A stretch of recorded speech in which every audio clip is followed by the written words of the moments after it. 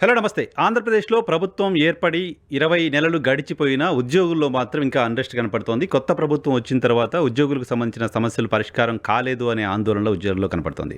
ప్రభుత్వం కొత్తగా ఏర్పడింది. చాలా సమస్యలున్నాయి ఉద్యోగులకు సంబంధించి.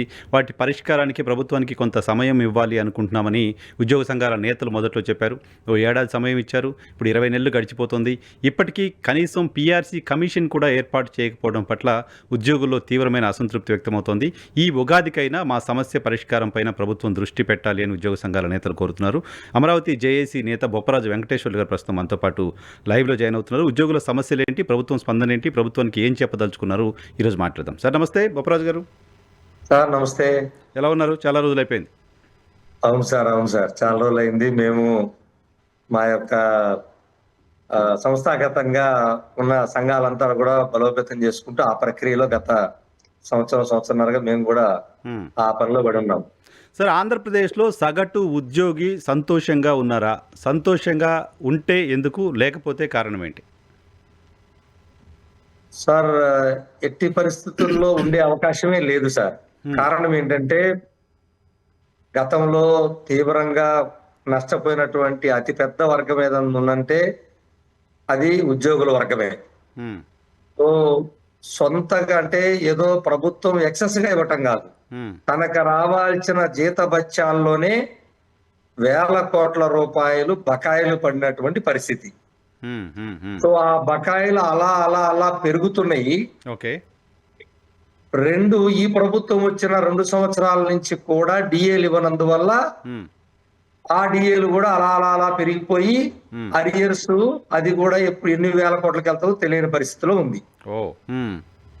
ఈ నేపథ్యంలో రావాల్సిన బకాయిలు రాక, ఇప్పుడు ప్రజెంట్ డిఏలు ధరలకు అనుగుణంగా పెంచే డిఏలు రాక, అలాగే ఏదైతే 5 సంవత్సరాలకు ఒకసారి ప్రభుత్వం నిర్దేశించినటువంటి పిఆర్సి ఒకవేళ ఆలస్యమైతే ప్రభుత్వాలు రాగానే ఇచ్చే అయ్యారు, ఇవి ఏమీ రాకపోవడంతో తీవ్రమైనటువంటి నిరాశ నిస్పృహలతో ఉన్నారు.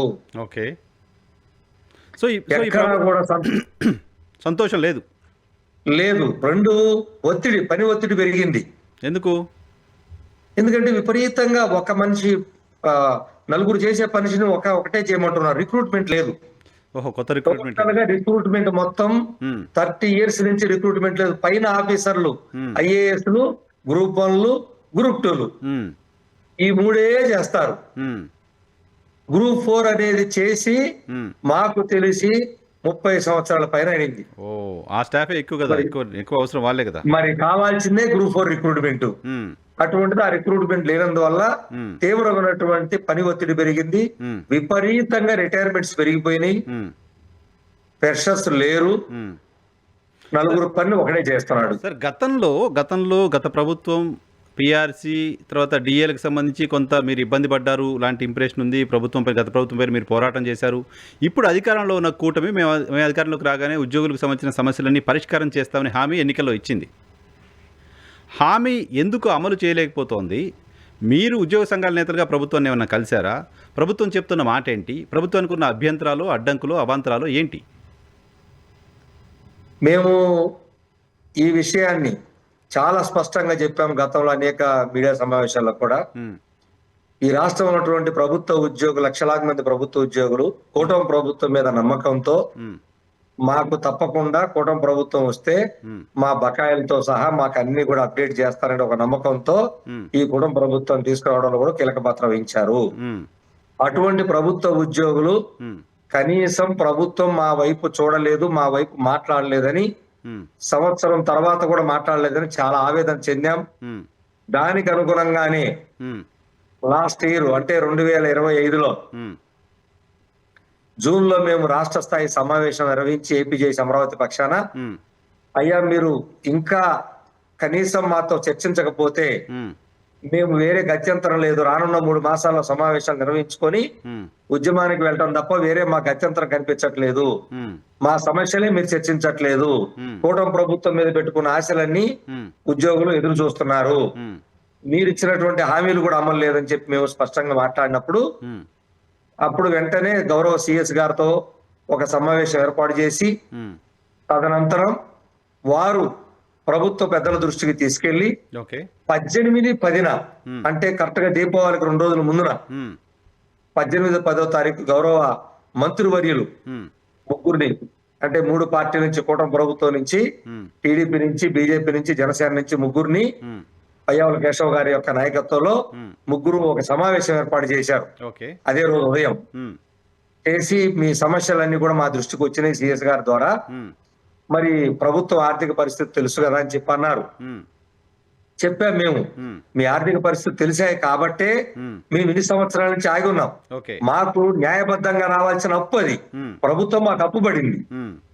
మా డబ్బులు వాడుకుంది. ఓకే. వాడుకున్నప్పుడు మా డబ్బులు తిరిగి చెల్లించాల్సిన బాధ్యత వాళ్ళు చేయలేదు కాబట్టే హ్మ్. మరి కూటమి ప్రభుత్వాన్ని ఉద్యోగులు కోరుకున్నారు. ఓకే. మరి మీరు ఇవ్వాల్సిన బాధ్యత మీ మీద ఉంది. హ్మ్. హ్మ్. అలాగే మీరు వచ్చిన తర్వాత కూడా హ్మ్. కనీసం డిఏలు ఇంతవరకు ఒక డిఏ ఇవ్వలేదు. హ్మ్. అలాగే ఇప్పుడు 4 డిఏలు పెండింగ్ ఉన్నాయి. ఓహ్! అలాగే పిఆర్సీ గురించి చర్చించలేదు. హ్మ్. కమిషన్ కనీసం నియమించలేదు. హ్మ్. ఐఆర్ గురించి చర్చించలేదు. హ్మ్. కాంట్రాక్ట్ ఎంప్లాయీస్ గురించి మాట్లాడలేదు. హ్మ్. అవుట్ సోర్సింగ్ ఎంప్లాయీస్ గురించి మాట్లాడలేదు. హ్మ్. ఈ వ్యవస్థలో మాకన్నా ఎక్కువ రెగ్యులర్ రిక్రూట్మెంట్ లేనందువల్ల హ్మ్. అవుట్ సోర్సింగ్ ఎంప్లాయీస్ విపరీతంగా పెరిగిపోయారు. ఓకే. మరి వాళ్ళ గురించి ఎలాంటి కనీసం సమాచారం కూడా లేదు హ్మ్. అని ఈ అంశాలతో పాటు ప్రధానంగా రిటైర్డ్ ఎంప్లాయీస్ ఎవరైతే లక్షలాది మంది ఈ రోజు రిటైర్డ్ అయిన వాళ్ళు పెరిగిపోతున్నారో హ్మ్. ఆ రిటైర్డ్ ఎంప్లాయీస్ కి గత ప్రభుత్వ హయాంలో అడిషనల్ క్వాంటమ్ ఆఫ్ పెన్షన్ ఇస్తున్న దాన్ని తగ్గించారు. హుహు. దాన్ని తిరిగి పునరుద్ధరించమని చెప్పి ఈ అంశాలను చర్చిస్తే హ్మ్. అదే రోజు సాయంత్రం 5 గంటల గౌరవ ముఖ్యమంత్రి గారి దగ్గరికి మమ్మల్ని ఈ మంత్రివర్గ ఉపసంఘం తీసుకెళ్లడం జరిగింది. ఓకే. ప్రధానమైనటువంటి ఉద్యోగ సంఘాలందరం కూడా చర్చించాం. హ్మ్. చర్చించి హ్మ్.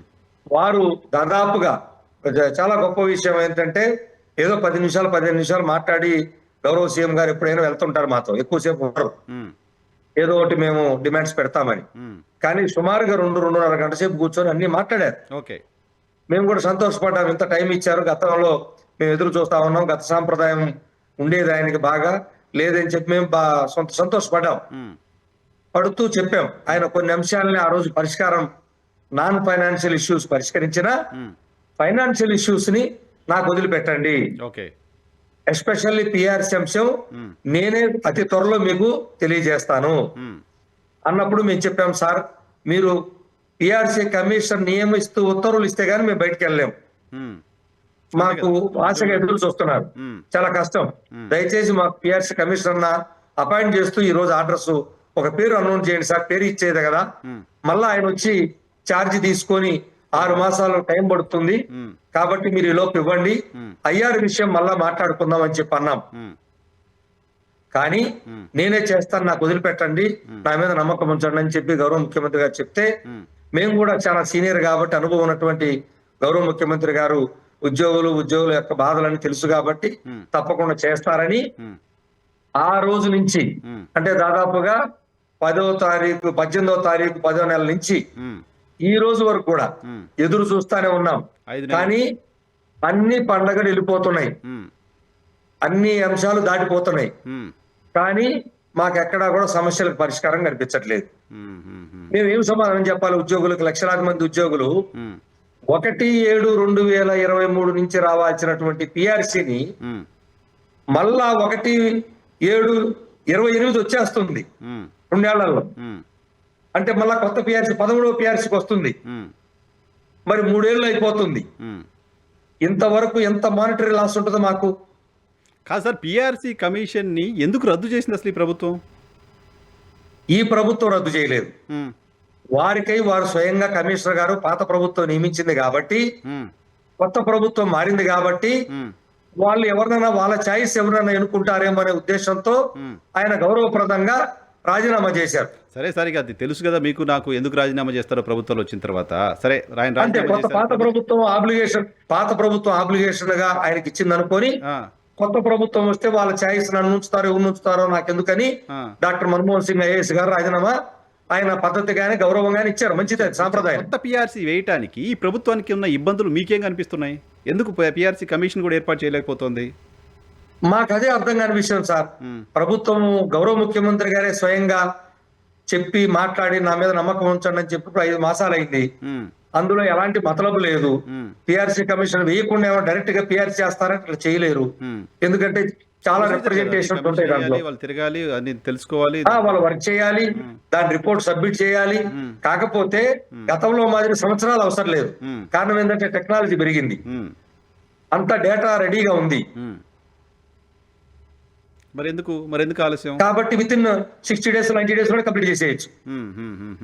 అదే సార్ మాకు అర్థం కాలేదు. ఒకవేళ పిఆర్సీ కమిషన్ నియమిస్తే ఐఆర్ ఇస్తామనుకున్నారా? ఎందుకంటే ఐఆర్ గతంలో ఉన్నటువంటి దశాబ్దాల నుంచి ఏ ప్రభుత్వం కొత్త ప్రభుత్వం ఇచ్చినా రాగానే 2-3 మాసాల్లోనే ఐఆర్ ఇచ్చేది. 2 సంవత్సరాలు ఐఆర్ ఊసేలేదు. ఫస్ట్ టైం ఇది. గత ప్రభుత్వం కూడా రాగానే ఫస్ట్ టైం హిస్టరీలో. అంటే చరిత్ర చూస్తున్నారు. పోయిన వాళ్ళు పాత పిఆర్సీ రివర్స్ పిఆర్సీ అంటే వీళ్ళు ఇప్పుడు ఐఆర్ ఇవ్వకుండా రివర్స్ లో ఉంది ఇప్పుడు ఇది కూడా. సో ఈ పరిస్థితి ఎప్పుడు లేదు. బడ్జెట్ రిలేటెడ్ అంశాలు, ప్రభుత్వం ఆర్థిక పరిస్థితి మీకు తెలుసు కదా, ఇవన్నీ ఓకే సార్. ప్రభుత్వం ఆర్థిక పరిస్థితి తెలిసినప్పటికీ ఒక ఉద్యోగి రిటైర్ అయినప్పుడు రిటైర్మెంట్ బెనిఫిట్ ఇవ్వడానికి ప్రభుత్వ ఆర్థిక పరిస్థితికి సంబంధం ఏంటి? ఆ ఉద్యోగికి సంబంధించిన రైట్ కదా, ఉద్యోగికి సంబంధించిన ఫర్దర్ జీవితం కదా. కరెక్ట్ గా చెప్పారు సార్. నిజంగా ఇది వాస్తవం. ఇప్పుడు మేము అడిగినవి కూడా మా జీతాల్లో మా డబ్బులు ప్రభుత్వాలు వాడుకొని వేరే పక్కదారి పట్టించి వాడుకున్న డబ్బులు మాకు ఇవ్వాల్సిన అప్పు, అది ప్రభుత్వం మాకు అప్పు పడింది. 2, మీరు అడిగినట్టు రిటైర్ అయినటువంటి ఉద్యోగి సహజంగా ప్రభుత్వం ఏమన్నా చట్టాలు రిటైర్ అయిన రోజునే ఆయన బ్రహ్మాండంగా సన్మానం చేసి ఆయన రిటైర్మెంట్ బెనిఫిట్స్ అన్ని చేతిలో పెట్టి అన్ని పేపర్స్ ఇచ్చి ఆయన్ని వాహనంలో ఆయన భార్యని కూర్చోబెట్టి వాహనం ఎక్కించి ఇంటికి పంపించే చరిత్ర ఉండేది. ఇప్పుడు వాహనం కాదు కదా, రిటైర్ అయ్యి 3 ఏళ్ళు అయినా తన బెనిఫిట్స్ అందక ఎవరికి డబ్బులు ఇచ్చుకోవాలో తెలియక తనకు అనేక రకాలైనటువంటి వైద్య ఖర్చులకి లక్షల రూపాయలు వడ్డీకి తెచ్చుకొని బతకలేక, కనీసం ఇల్లు కూడా కట్టుకోలేక, బిడ్డల పెళ్లిళ్ళు చేసుకోలేక చనిపోతున్నటువంటి పరిస్థితి. ఇంత దారుణం ఎక్కడైనా ఉంటుందా భారతదేశంలో? మరి ఆ పరిస్థితి ఉంటే, అంత సీరియస్నెస్ ఉంటే సరే, మిగతా ఉద్యోగులకు సంబంధించిన పిఆర్సీ, జీతాల పెంపుదల, డిఏలు, ఐఆర్లు ఇవి ఓకే, ఆల్రెడీ ఎగ్జిస్టింగ్ ఉద్యోగాల్లో ఉన్న వాళ్ళకి సంబంధించిన వ్యవహారం. ఇది కాకుండా పెన్షనర్స్ ఉన్నారు, పెన్షన్ తగ్గించారు. మీరు ఎంతమంది చెప్తుంటే గత ప్రభుత్వంలో దానికంటే ఇప్పుడు పెన్షన్ తగ్గించారు. రిటైర్మెంట్ బెనిఫిట్స్కి సంబంధించిన అంశం నీడ్ ఆఫ్ ద అవర్ కదా బొప్పరాజు గారు, దానికి ఏమాత్రం ఆలస్యం చేయకూడదు కదా. ఉద్యోగ ప్రాపర్గా ఒత్తిడి ప్రభుత్వం పైన ఉందా అంటే కనిపించట్లా. ఎంత హారిబుల్ అంటే సార్ మీరు నమ్మరు, చనిపోయిన ఉద్యోగి చచ్చిపోతే ఇచ్చే మట్టి ఖర్చులు 8 కోట్లు బకాయి ఉందండి ఈ రోజుకి. యాజ్ ఆన్ టుడే 8 కోట్లు చచ్చిపోతే ఇచ్చే బకాయిలు. అంటే అది బకాయి కాదు, మట్టి ఖర్చులు.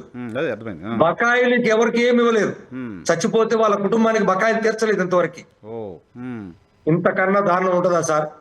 దాదాపు చనిపోయినా రిటైర్ అయినటువంటి ఉద్యోగులకి ప్రభుత్వం చెల్లించాల్సినటువంటి మొత్తం సుమారుగా రమారమి 8,000 కోట్ల నుంచి 10,000 కోట్లు ఉంటుంది సార్.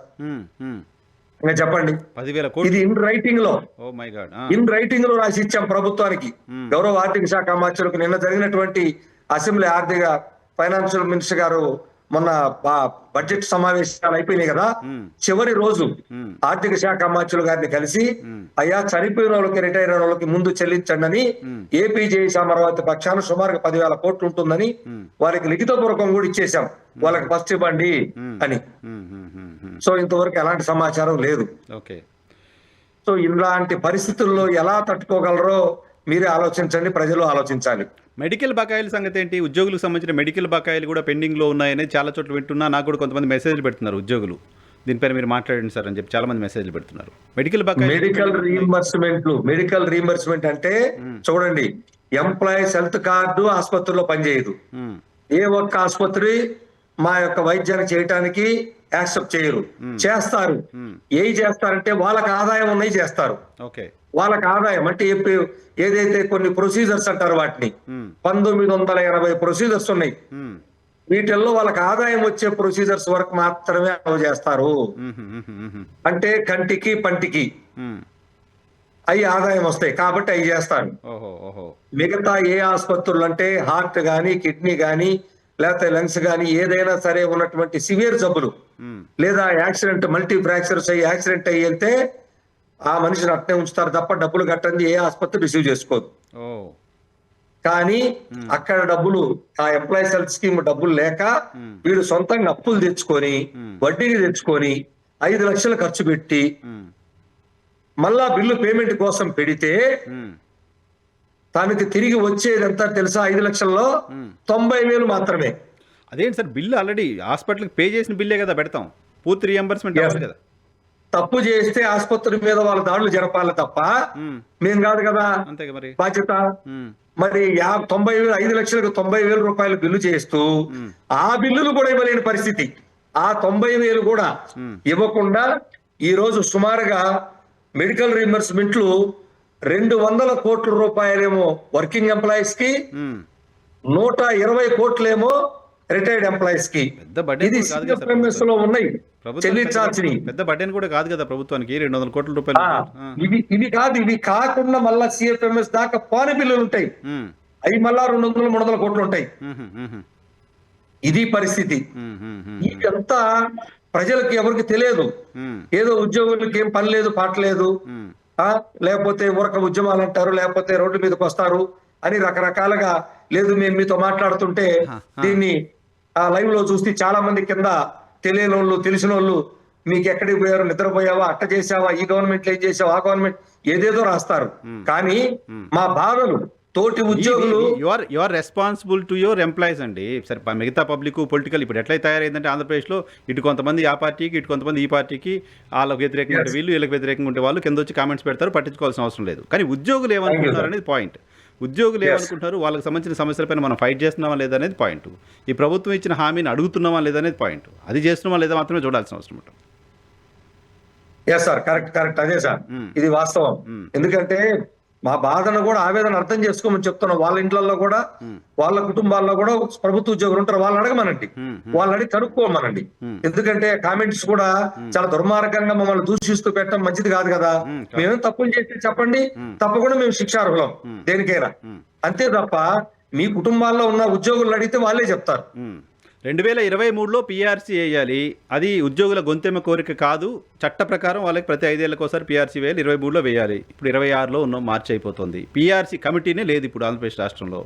ఉద్యోగులకు ఏ ప్రభుత్వమైనా, గత వైసీపీ ప్రభుత్వంలో అయినా ఇమీడియట్గా వాళ్ళు 23లోనే కంప్లీట్ చేసి మీకు ఇచ్చి ఉండాలి. ఇవ్వాల 24లో ప్రభుత్వం వచ్చింది, వీళ్ళు ఇవ్వాల, అసలు కమిషన్ చైర్మన్నే ఎంపీ చేయాల. దీనికి సమాజం వైపు నుంచి మద్దతు ఎందుకు ఉండకుండా ఉంటుంది? మీ న్యాయమైన కోరిక కదా. డిఏలు చట్టం రావాల్సిన డిఏలే, అది గొంతెమ్మ కోరిక అడగట్లేదు. ఎస్ సార్ తప్పకుండా. గతంలో కూడా మేము చెలో విజయవాడ ఉద్యమం చేసినప్పుడు 2022లో ప్రజలే బయటకు వచ్చి మాకు మంచి నీళ్లు మజ్జిగ అందించిన చరిత్ర బిఆర్టీఎస్ రోడ్ లో. కాబట్టి మేము మర్చిపోం. ప్రజల ప్రమాణం ఉంటుంది. మీరు చెప్పినట్లుగా ఎవరో పార్టీలకు అనుకూలంగా ఉండే వాళ్ళు, వాళ్ళకి వ్యతిరేక వాళ్ళ పార్టీకి అన్ని వాళ్ళు పెట్టే బ్యాచ్ తప్ప, పెయిడ్ బ్యాచ్ తప్ప ప్రజలు కాదు. ప్రజలకు అన్ని తెలుసు పాపం ఈ ఉద్యోగులకు ఎంత ఇబ్బంది జరుగుతుంది అనేది. రెండు, ఏదైతే 1/7/2023 నుంచి మాకు పిఆర్సీ రావాలన్నాం, మీరు చూడండి ఇప్పుడు మళ్ళీ 1/7/2028 పిఆర్సీ, కొత్త పిఆర్సీకి మళ్ళీ వస్తుంది. ఇప్పుడు కనీసం కమిషన్ నియామకం లేదు. సో ఉద్యోగులు ఏం అభద్రత పడింది? అసలు ఈ ప్రభుత్వం మనకి పిఆర్సీ ఇస్తుందా లేదా? ఇలాగే తీసుకెళ్లిపోయి మళ్ళా 13వ పిఆర్సీ కలిపేసి ఒకేసారి చేసుకున్నామని అంటదా అనేకంత అనుభవం మొదలుపోయింది. అలాగే ఏదైతే ఇప్పుడు తెలంగాణ ప్రభుత్వం చూడండి, పక్కనే తెలంగాణ ఉద్యోగులు మేము పోల్చుకుంటాం, విడిపోయిన రాష్ట్రాలు కాబట్టి. తెలంగాణ ఉద్యోగులు 1/10/2023 నుంచి 5% ఐఆర్ పొందుతా ఉన్నారు. 5% ఐఆర్. వాళ్ళేమో మాకన్నా 15 నుంచి 2,000 రూపాయలు అదనంగా ప్రతి సామాన్య ఉద్యోగికి అదనంగా మాకన్నా శాలరీ ఎక్కువ తీసుకుంటున్నారు.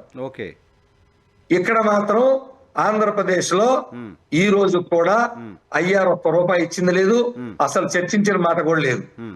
ఒకవైపు ఏమో పిఆర్సీ కాల పరిమితి టైం దాటిపోతుంది, దాన్ని తీసుకెళ్లి ఎక్కడ కలుపుతారో తెలియదు, ఐఆర్ మా ఊసే లేదు. మరి ఇటువంటి నేపథ్యంలో ఉద్యోగులు ఎలా ఒక పక్కేమో బకాయిలు లేవు, ఆ బకాయిలు మాటం లేదు. మూడోది డిఏలు, 4 డిఏలు పెండింగ్, ఒక్క డిఏ మాత్రమే ఈ ప్రభుత్వం వచ్చినాక ఇచ్చింది. ఓ ఇది ఎలా తట్టుకుంటారు? ఉమ్, ఉమ్, పోలీసులు ఉమ్, 24 hours డ్యూటీ చూసే పోలీసులు ఉమ్, సరెండర్ లీవ్లు పాపం సంవత్సరానికి 3 సార్లు ఇస్తారు వాళ్ళకి. ఉమ్, వాళ్ళకి వేరే ఆధారం ఏమి ఉండదు. ఉమ్, ఎప్పుడు డ్యూటీ ఎన్ని రోజులు ఎక్కడ పోయి చేస్తారో తెలియదు. అవును. అటువంటి వాళ్ళకి ఒక్క సరెండర్ లీవ్ 2 సార్లకి ఇచ్చారంటే ఉమ్. ఎంత దారుణం చూడండి, ఆలోచించండి. గతంలో 3 సార్లు ఉండేదా? ప్రభుత్వ ఉద్యోగ సరెండర్ లీవ్లు 7,000 కోట్లకు చేరింది. ఇప్పుడు 7,000 కోట్లు ఉమ్, ఉమ్, ఉమ్, ప్రభుత్వ ఉద్యోగ సరెండర్ లీవ్లు. ఓకే. 4 సంవత్సరాలుగా దిక్కుముక్కు లేదు. ఉమ్, ఎలా సార్ ఇలా 1000 కోట్లు పెరుగుతూ పోతే ఏం చేయగలుగుతారు? ఈ చెప్పండి రేపు పొద్దున. కాదు, ఏం చేయాలి ఇప్పుడు? మీరు సుదీర్ఘకాలంగా ఈ ఉద్యోగ సంఘ నాయకుడిగా కంటిన్యూ అవుతున్నారు. అనేక ప్రభుత్వాలను చూశారు. మీరు చంద్రబాబు నాయుడు గారిని అయితే చాలా సందర్భాల్లో చూశారు. సరే, గత ప్రభుత్వంలో అన్యాయం జరిగింది. కొత్త ప్రభుత్వం, కూటమి ప్రభుత్వం అందరూ హామీ ఇచ్చారు, గ్యారంటీగా చేస్తామనుకున్నారు. ఆయన సీనియరు, చేస్తారని మీరు నమ్మారు. సో ఇప్పుడు 20 ఏళ్ళు గడుస్తోంది. సమీప భవిష్యత్తులో పీఆర్సీ చైర్మన్ వేస్తారనే నమ్మకం నాకు తెలిసి మీకు కూడా ఉన్నట్టు కనపడట్లా మీరు మాట్లాడుతున్న దాన్ని బట్టి చూస్తే. మీరు చంద్రబాబు నాయుడు గారిని కలిసిన రోజు సాయంత్రానికి జీవో రావాలి సార్ అన్నారు. కలిసి వచ్చి 5 నెలలు దాటింది. ఇంకో 5 నెలల తర్వాత కూడా వస్తుందా లేదా అనే పరిస్థితిలో ఇప్పుడు రాష్ట్రం ఉంది. అటువంటి పరిస్థితి ఉంది. ఏంటి సార్ మూడు ఏంటి అసలు? ఏంటి ఏ రకంగా సాధించుకుంటారు మీ సమస్యని? ఏ రకంగా పరిష్కారం చేసుకుంటారు? తప్పకుండా సార్, మాకైతే గౌరవ ముఖ్యమంత్రి గారు నాకు వదిలిపెట్టండి, నేను చేస్తాను, నా మీద నమ్మకం ఉంచండి అన్నారు. గతంలో కూడా అంటే టు బి ఫ్రాంక్ చెప్పాలంటే 43%, 38% నుంచి 43% తీసుకొని ఒక జీతభత్యాల హైక్ వచ్చిందంటే వారి హయాంలోనే. అవును, తెలంగాణ 42 ఇస్తే ఆయన 43 ఇచ్చినట్టున్నారు అప్పుడు కదా, ఫిట్మెంట్ 43 ఇచ్చారు. సో ఒక పర్సెంటేజ్ మాకు కృషి చేస్తారంటే ఇచ్చినటువంటి చరిత్ర ఉంది. అలాగే ఆర్థికేతర అంశాలన్నీ కూడా ఎప్పటికప్పుడు చాలా ఉంటాయి. ఏముంటాయి? సో అవి పరిష్కారం అవుతున్నాయి. చాలా అంశాలు సార్. ప్రమోషన్స్ ఇప్పుడు ఉదాహరణకు తీసుకోండి. ఆర్టీసీ ఉద్యోగులు 5,000 మందికి మొన్న గౌరవ ముఖ్యమంత్రి గారితో కూర్చున్నప్పుడు చర్చల్లో 5,000 మందికి ఒకేసారి పదోన్నతులు రావడం జరిగింది. వాళ్ళు ఆందోళనలో ఉన్నారు. వాళ్ళు ఏదో నోటీస్ ఇస్తున్నట్టున్నారు, సమ్మె నోటీసు. అవి వేరు సార్, బస్సుల కోసం, బస్సులు ఎలక్ట్రికల్ బస్సులు కొంటున్నారని, దానికి మమ్మల్ని వాడుకోండి అనే ఉద్దేశం, అది సపరేట్ ఇష్యూ. సో అట్లా ఆర్థికేతర అంశాలు దీర్ఘకాలికంగా కొన్ని సంవత్సరాలుగా పెండింగ్ ఉన్నటువంటి అంశాలు కూడా ఆర్థికేతర అయినాయి. కానీ ప్రతి ఉద్యోగి ఎదురు చూసేది కావాల్సింది ఆర్థిక అంశాలు కదా. తను పూర్తిగా కోల్పోతున్నటువంటి అంశాలు కొన్ని కొంతకాలమే భరించగలడు, ఇక భరించలేని స్థితికి వచ్చేసారు ఆల్రెడీ. కాబట్టి గౌరవ ముఖ్యమంత్రి గారు, మేము మీ ద్వారా కూడా కోరేది ఏమంటే, మా పరిస్థితిని కూడా ఆలోచించండి. నాయకుల పరిస్థితి చాలా దీనమైనటువంటి పరిస్థితికి వస్తుంది. మీరు ఎందుకు లీడర్షిప్ అని మాట్లాడుతున్నారు, లేకపోతే ప్రభుత్వంతో కొల్లుడైపోతున్నారని మాట్లాడుతున్నారు.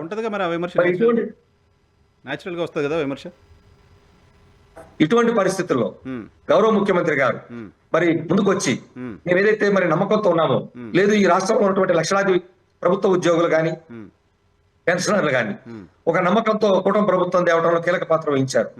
మరి అటువంటి ఉద్యోగులకి నష్టం వాటిల్లకుండా ఈ 12వ పిఆర్సీ వెళ్ళి 13వ పిఆర్సీలు కలుపుతారేమో ఒక అభద్రతాభావం రాకముందే పిఆర్సీ కమిషనర్ ని తక్షణం నియమించి ఈ పండగలోపే, ఈ 2 రోజులు 3 రోజులు అని ఏం పెద్ద పని కాదు, అది ఒక అధికారిని నియమించడం, ఒక పేరు. ఎందుకు తాత్సారం చేస్తున్నారో అందరికి అనుమానాలు పెరిగిపోతున్నాయి. అనుమానాలు పెరిగి అది పెద్దదవ్వక ముందే పిఆర్సీ కమిషన్ నియమించి తక్షణం ఉద్యోగ సంఘాలకు పిలిపించి ఎంతో కొంత ఐఆర్ని ఒక చర్చలు చేసి ఇస్తుంటే మానిటరీ బెనిఫిట్ తను గత 3 ఏళ్లుగా కోల్పోయినటువంటి బెనిఫిట్ ని పొందగలుగుతాడు. లేని పక్షంలో తీవ్రమైనటువంటి నష్టం జరుగుతుంది. తెలంగాణ ఉద్యోగులకు ఒక రకమైన న్యాయం,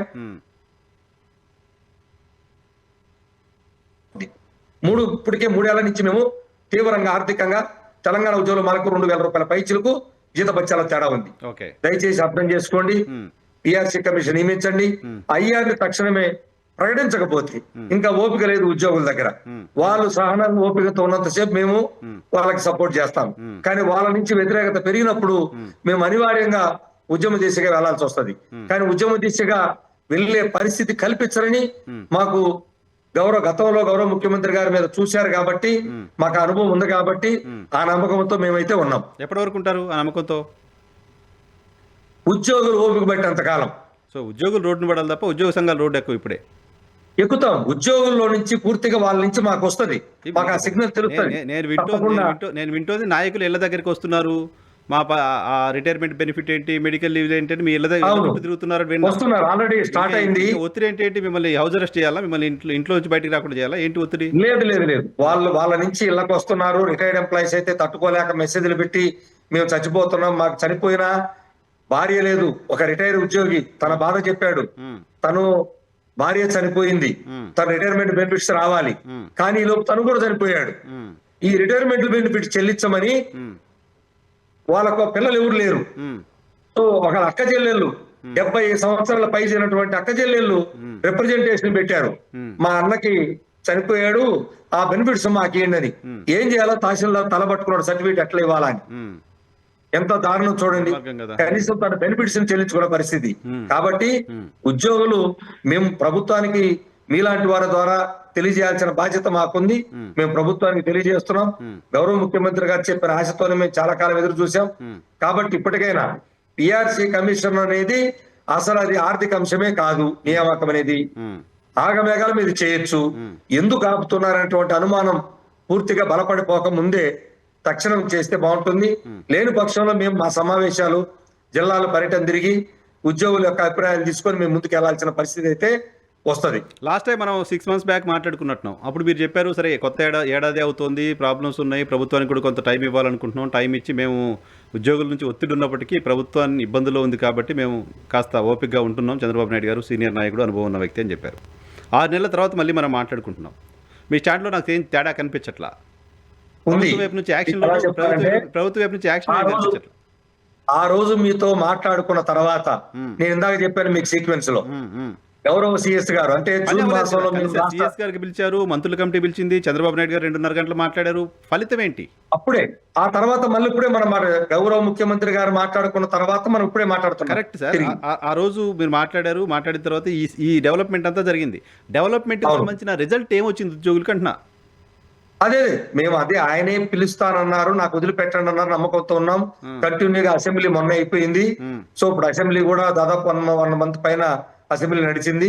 సో మా వైపు చూస్తారని నమ్మకం సార్. ఎందుకంటే ఉద్యోగులం ప్రభుత్వంలో భాగం, మేము వేరు కాదు. ప్రభుత్వ ఉద్యోగుల ముందు ప్రభుత్వం చూసి మిగిలిన విషయాల్లోకి వెళ్ళాలి. అది పద్ధతి ఎప్పుడైనా. తన ప్రభుత్వ ఉద్యోగులు సంతోషంగా ఉంటేనే కదా ప్రభుత్వం పెట్టే సంక్షేమ పథకాలు, అభివృద్ధి పథకాలు ప్రజల్లోకి తీసుకెళ్లగలుగుతారు. సో వీళ్ళు సంతోషంగా లేకుండా వీళ్ళు బాధ పెడుతూ చూడండి ఎంతమంది ఇప్పుడు అవుట్ సోర్సింగ్ ఉద్యోగులు, వాళ్ళ కనీసం ప్రభుత్వ పథకాలు 10,000 రూపాయలు వస్తూ నానా బాధలు పడుతున్నారు, వాళ్ళు అల్లాడిపోతున్నారు. వాళ్ళకి హెచ్ఆర్ పాలసీ అంటే ఎవరు, గందరగోళం అయిపోయింది. వాళ్ళ కోసం కమిటీ వేసారన్నారు, వాళ్ళ రిపోర్ట్ లేదు. కాంట్రాక్ట్ ఎంప్లాయీస్ 4,700 మంది దాకా మిగిలి ఉన్నారు, వాళ్ళు రెగ్యులర్ చేయకుండా అట్లాగే కూర్చున్నారు. అలాగే కొంతమంది 1/9/2004 ముందు ఎవరైతే సిపిఎస్ ఉద్యోగులు అన్నారో వాళ్ళు ఓపీఎస్ లో తీసుకెళ్లాలి. ఈ రాష్ట్రంలో ఐఏఎస్ అధికారులు ఓపీఎస్ లోకి తీసుకెళ్లారు, కానీ వాళ్ళ మార్చలేదు. ఇంతవరకు 10,000, 12,000, 13,000 మంది ఉన్నారు. వాళ్ళని ఇంతవరకు చర్యలు తీసుకోలేదు. ఇలా సమస్యలన్నీ పేరుకుపోతున్నాయి. గ్రామీణ సచివాలయ ఉద్యోగులు ఆ ప్రభుత్వం నియామకం చేసింది, వెళ్ళిపోయారు. వాళ్ళ సోషల్ ఇంక్రిమెంట్ సంగతి చెప్పరు. 2 ఏళ్ళు ఉచిత సేవ చేయించుకున్నారు, డిక్లరేషన్ చేయడం డిలే కట్టి ప్రొబేషన్ డిక్లేర్ చేశారు. వాళ్ళకి ప్రమోషన్ ఛానల్ లేదు, వాళ్ళు ఎక్కడ పనిచేయాలో చెప్పరు. ఇప్పటికి కూడా గందరగోళంగా నెలకొని ఉంది, ఎక్కడా క్లారిటీ లేదు. మొత్తాన్ని తీసుకెళ్లి గందరగోళం చేసి వాడుకుంటున్నారు. కొద్ది రోజులేమో సెక్రటరీ ఎవరు పోవద్దంటారు, కలెక్టర్లు కొంతమందిని తీసుకెళ్లి వాళ్ళని ఎక్కడెక్కడో వాడుతున్నారు. వాళ్ళ పని సంగతి మర్చిపో. ఇలా అన్ని వర్గాల్లో అలజడి వచ్చేటువంటి పరిస్థితి కనపడుతుంది. అది రాకూడదు. ప్రభుత్వం ప్రభుత్వాలకు డెడ్ లైన్ పెట్టండి, ప్రభుత్వాలపైన కొట్లాడండి, ఉద్యమం చేయండి అని చెప్పడం నా ఉద్దేశం కాదు. కానీ ఉద్యోగుల సెక్షన్స్కి, ప్రభుత్వంలో భాగమైన ఉద్యోగుల సెక్షన్స్కి ప్రభుత్వమే ఉద్యోగుల డబ్బులు వాడుకొని వేల కోట్ల రూపాయలు బకాయిలు పడి వాళ్ళ హెల్త్ బెనిఫిట్స్ కూడా, హెల్త్కి సంబంధించిన రీఎంబర్స్మెంట్ డబ్బులు కూడా ఇవ్వకుండా ఉన్న పరిస్థితుల్లో ఉంటే ప్రభుత్వానికి తెలియాలి కదా, కార్యాచరణ చేస్తామనో చెప్తామనో ప్రభుత్వం స్పందించేలాగా ఉండాల్సిన అవసరం ఉందా లేదా బొప్పరాజు గారు? ఎగ్జాక్ట్లీ సార్, ఇది కరెక్ట్. ఎందుకంటే వారు ఒక ప్లానింగ్ పెట్టుకోవాలి, ఒక ప్రణాళిక పెట్టుకోవాలి. ఎస్, గత ప్రభుత్వం ఉద్యోగులకి బకాయిలు పెట్టింది అని మీకు తెలుసు, అందరికి తెలుసు. సో పెట్టినప్పుడు దాన్ని ఏం చేద్దాము, తర్వాత మన ప్రభుత్వం వచ్చిన తర్వాత మనమేమి ఇవ్వాలి, మనమేమి ఇచ్చాము, అసలు మన డిఏ 2 పెండింగ్ ఉన్నాయి, అవి ఎట్లా, ఆ పాత బకాయిల్ని ఏ విధంగా మనం ఒక చిన్న ఒక ప్లాన్ చేసుకోవాలి కదా. ఫైనాన్స్ వాళ్ళు కూర్చోబెట్టాలి కదా. కరెక్ట్. అసలు ఒక్కొక్క ఉద్యోగికి ఎంతెంత రావాలో ఆ బకాయిలు మా పే స్లిప్లు ఇవ్వమని కూడా అడిగాం. కరెక్ట్. అది చెప్పరు. రిటైర్డ్ ఎంప్లాయీకి ఎంత రావాలో చెప్పరు. ఏ డేటా లేదు, పారదర్శకత అస్సలు లేదు. సో ఇదంతా ప్లానింగ్ చేసుకొని మీరు వచ్చిన తర్వాతే తీసుకుందాం. ఒక్క డిఏ తప్ప ఏమైనా ప్రకటించామా? మళ్ళా 4 డిఏలు యథాతిథిగా ఉన్నాయి. పిఆర్సి గురించి ఏమైనా చర్చించామా? లేదు. ఐఆర్ గురించి ఏమైనా మాట్లాడామా? లేదు. డిఏలు ఏమన్నా ఎప్పటికప్పుడు అప్డేట్ అవుతున్నాయా? లేవు. అంటే పాత బకాయిలు 30,000 కోట్లు అట్నే ఉంటే మళ్ళా మీరు పెట్టిన బకాయిలు కూడా 30,000 కోట్లు అయిపోయే పరిస్థితి వచ్చింది. ఏమైపోవాలి ఇవన్నీ కలిపి?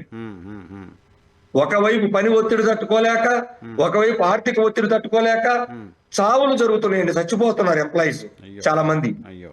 ఇది కరెక్ట్ కాదు. ప్రభుత్వం ఆలోచన చేయాలి. ఉద్యోగుల్లో ఓపిక ఉన్నంత వరకు ఓపిక ఉంటుంది. నాయకులుగా ఉద్యోగుల ఓపికని మేము కూడా మరి పరీక్షించే స్థాయికి తీసుకెళ్లకుండా దయచేసి గౌరవ ముఖ్యమంత్రి గారు, సుదీర్ఘమైనటువంటి అనుభవం ఉన్న ముఖ్యమంత్రి గారు, మరి ఇప్పటికైనా మంత్రివర్గ ఉపసంఘం ఏదైతే మీరు నియమించారో వాళ్ళ కూర్చోబెట్టి ఇదిగో ఏమేం చేయాలి అర్జెంట్ గా. ఇప్పుడు ఏమన్నా ₹1 ఖర్చు ఉందండి పిఆర్సీ కమిషన్ నియమించడానికి? ₹1 జీవో ఇటువే. మరి వాళ్ళు మళ్ళా పని చేయాలి అంటే ఉద్దేశం ఏంటి తెలియట్లేదు. ప్రభుత్వ ఉద్యోగం ఏంటి అంటే అసలు ప్రభుత్వ ఉద్దేశం పైన అనుమానాలు ఉన్నాయా సార్? గతంలో 2 పిఆర్సీలు కలిసి కమిటీ వేసిన సందర్భాలు ఉన్నాయా? ఇది కూడా 28లో మనం ఎలక్షన్ ముందు 2 కలిపేద్దాంలే అనుకుంటుందా ప్రభుత్వం? చరిత్రలో ఇంతవరకు అటువంటి జరగలేదు. మాకు ఆర్థిక నష్టం అయితే దీనివల్ల జరుగుతున్న మాట వాస్తవం. 3 ఏళ్ళు ఇప్పటికే కోల్పోయాము. 3 ఏళ్ల నుంచి తెలంగాణ ఉద్యోగులేమో ఐఆర్ తీసుకుంటున్నారు. ఆంధ్రప్రదేశ్ ఉద్యోగులేమో ₹1 కూడా తీసుకోలేదు. ఐఆర్ రాకుండా ప్రభుత్వం మొట్టమొదటి ప్రభుత్వం ఇది. ఐఆర్ ఇవ్వకుండా కొనసాగటం అనేది ఇది మంచి పద్ధతి కాదు, మంచి సాంప్రదాయం కాదు. గతంలో చేసిన ప్రభుత్వం తప్పు చేసిందని మనమే చెప్తున్నాం. మళ్ళా మనం అదే తప్పు చేస్తున్నాం. దయచేసి అది రిపీట్ చేయడం కరెక్ట్ కాదని నా ఉద్దేశం. మేము గౌరవ ముఖ్యమంత్రి గారికి మీ ద్వారా అప్పీల్ చేస్తున్నాం. రేపు గౌరవ సిఎస్ గారిని కూడా కలవబోతున్నాం. అయ్యా మా పెండింగ్ విషయాల మీద ఇదిగో మేము రెజల్యూషన్ చేశాం. పాత సిఎస్ కి 10 రోజుల క్రితం ఇచ్చాం. ఆయన మళ్ళా రిటైర్ అయిపోయాడు. అంటనే మా సమావేశం state council 4th state council అయింది. అవగానే తీసుకెళ్లి ఇచ్చాం. ఆయన రిటైర్ అయిపోయాడు. మళ్ళా కొత్త ఆయనకి మళ్ళా రేపు తీసుకెళ్తున్నాం. ఈ రోజు మధ్యాహ్నం 4 గంటలకు కలుగుతున్నాం సిఎస్ గారిని కలిసి. వీలైన త్వరగా మీరు ఇవ్వకపోతే మాకు గత్యంతరం లేదు, ఉద్యోగులు చెప్పిన మార్గంలోనే మేము ప్రయాణం చేయాల్సి వస్తుందని వారికి చెప్పదలుచుకొని ఈ రోజు కూడా 4 గంటలకు కలవబోతున్నాం గౌరవ సిఎస్ గారిని. Right sir. 2 చిన్న ఇష్యూస్. ఒకటి, గతంలో పిఎఫ్ ఉద్యోగులకు సంబంధించిన పిఎఫ్ డబ్బులు కూడా ప్రభుత్వం వాడుకుంది ఇలాంటి విమర్శలు చూసాం. సో ఇప్పుడు ఆ పిఎఫ్ డబ్బున సెక్యూర్గా ఉందా? ఈ ప్రభుత్వం కూడా వాడుకుంటుందా? సార్ పిఎఫ్ డబ్బులు ఆన్ పేపర్ ఉంటాయి. ఆ ప్రభుత్వమైనా ఈ ప్రభుత్వమైనా పిఎఫ్ డబ్బులు వాళ్ళ దగ్గరే ఉంటాయి. వాళ్ళు వాడుతూనే ఉంటారు, మాకు ఇస్తానే ఉంటారు. ఏ ప్రభుత్వమైనా వాడాల్సింది, ఏ ప్రభుత్వమైనా వాడాల్సింది. వాడకుండా ఏం చేస్తారు? అన్ని పేపర్ మీద కనపడతాయి. సో మాకు పెట్టుకున్నప్పుడు అప్లై చేసినప్పుడల్లా ఇస్తుండే వాళ్ళు. ఇప్పుడు కాదు, ఈ చరిత్ర నుంచే ఎప్పుడు ఉంది. అయితే ఆ నిధుల నుంచి ఎప్పుడు కూడా కావాల్సిన నిధులు ఉంటాయి కాబట్టి వెంటనే ఇచ్చేస్తా ఉంటారు. కానీ ఎంతవరకు పోయిందంటే గత ప్రభుత్వంలో అసలు మొత్తం వాడేసే పరిస్థితికి వెళ్ళేసరికి ప్రమాదం ఏర్పడింది. ఇప్పుడు దాన్ని పొడ్చలేకపోతున్నారు. ఇప్పుడు జీపీఎఫ్ పెట్టుకున్న వాళ్ళు కూడా ఇవ్వలేకపోతున్నారు. సో అది పెద్ద గండిలాగా పడిపోయింది. అంతే తప్ప డబ్బులు పేపర్ వేసారు, ఆన్ పేపర్ అది ఇప్పుడు కూడా. చివరిగా బాబు గారికి, కూటమి సర్కార్కి ఒక్క మాట చెప్పండి ఉద్యోగ సంఘాల వైపు నుంచి అంటే ఏం చెప్తారు? ఇప్పుడు ఉగాది కన్నా ఇవ్వండి అనేది మీరు బ్రతిమలాడుతున్నారా?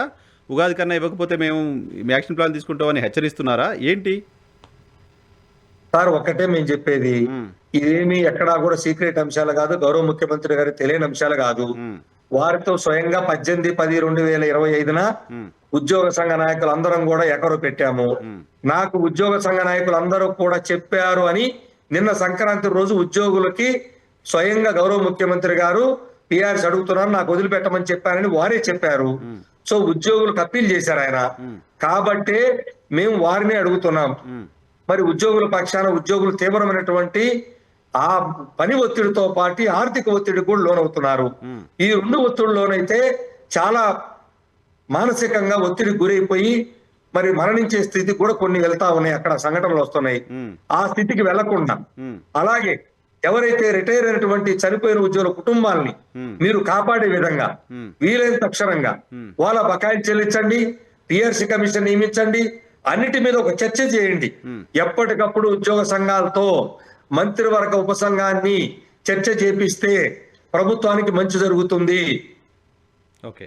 ఉద్యోగులు గమనిస్తా ఉంటారు, ఓ మా చర్చలు జరుగుతున్నాయి, ఎప్పటికప్పుడు కొన్ని పరిష్కారం అయిపోతుంటాయి, డబ్బులతో సంబంధం లేని కొన్ని జరగాలి, డబ్బులతో సంబంధం అనేవి కొన్ని జరగాలి. సో ఇలా ఎప్పటికప్పుడు కంటిన్యూస్ గా చర్చలు జరుపుతుంటే ప్రభుత్వానికి ఉద్యోగులు, ఎందుకంటే మేము వేరు కాదు, ప్రభుత్వంలో భాగం కాబట్టి మా కుటుంబాలు కూడా సంతోషంగా ఉంటే ప్రజలకు చేరే సంక్షేమ పథకాలు, అభివృద్ధి పథకాలు, సంక్షేమం తీసుకెళ్ళిస్తాం. అలా కాకుండా నాకేమో పెన్షన్ ఇవ్వు, నాకేమో జీతం ఇవ్వు, పెన్షనర్లకు తీసుకెళ్లి ప్రజల్లో 1వ తారీఖు కాకుండా 37వ తారీఖు పోయి ఇచ్చేయమంటున్నారు ఆదివారం అయితే. ఇదే ఉద్యోగిని మరి సంతోషపడతారండి? వీళ్ళ కుటుంబం పెన్షన్ తీసుకోదు, వీళ్ళ కుటుంబం జీతం తీసుకోదు, కానీ ఆయన వెళ్ళి ఆ 1వ తారీఖు వాళ్ళ చేతిలో పెట్టామన్నారు. సంతోషపడతారా? కాబట్టి ఇది కరెక్ట్ కాదు. ప్రభుత్వం ఆలోచన చేయాలి, ఉద్యోగ సంఘాలతో పిలిపించి తక్షణమే చర్చించి రూపాయి ఖర్చు లేనటువంటి అంశాలని త్వరగా పరిష్కరించాలని గౌరవ ముఖ్యమంత్రి గారిని మీ ద్వారా కోరుకున్నాను. Right sir, thank you very much. Uparaju Venkateswara గారు మా కోసం సమయం కేటాయించినందుకు. ఉద్యోగులకు సంబంధించిన అంశాలపైన ప్రభుత్వం దృష్టికి అంశాలను తీసుకెళ్ళడానికి సంబంధించి ఎప్పుడైనా మేము అందుబాటులో ఉంటాం. దానికి సంబంధించిన అంశాలు ఏమైనా ప్రభుత్వం దృష్టికి వెళ్ళాలంటే తప్పకుండా కలిసి మాట్లాడుకుందాం. Thank you sir. Thank you very much sir.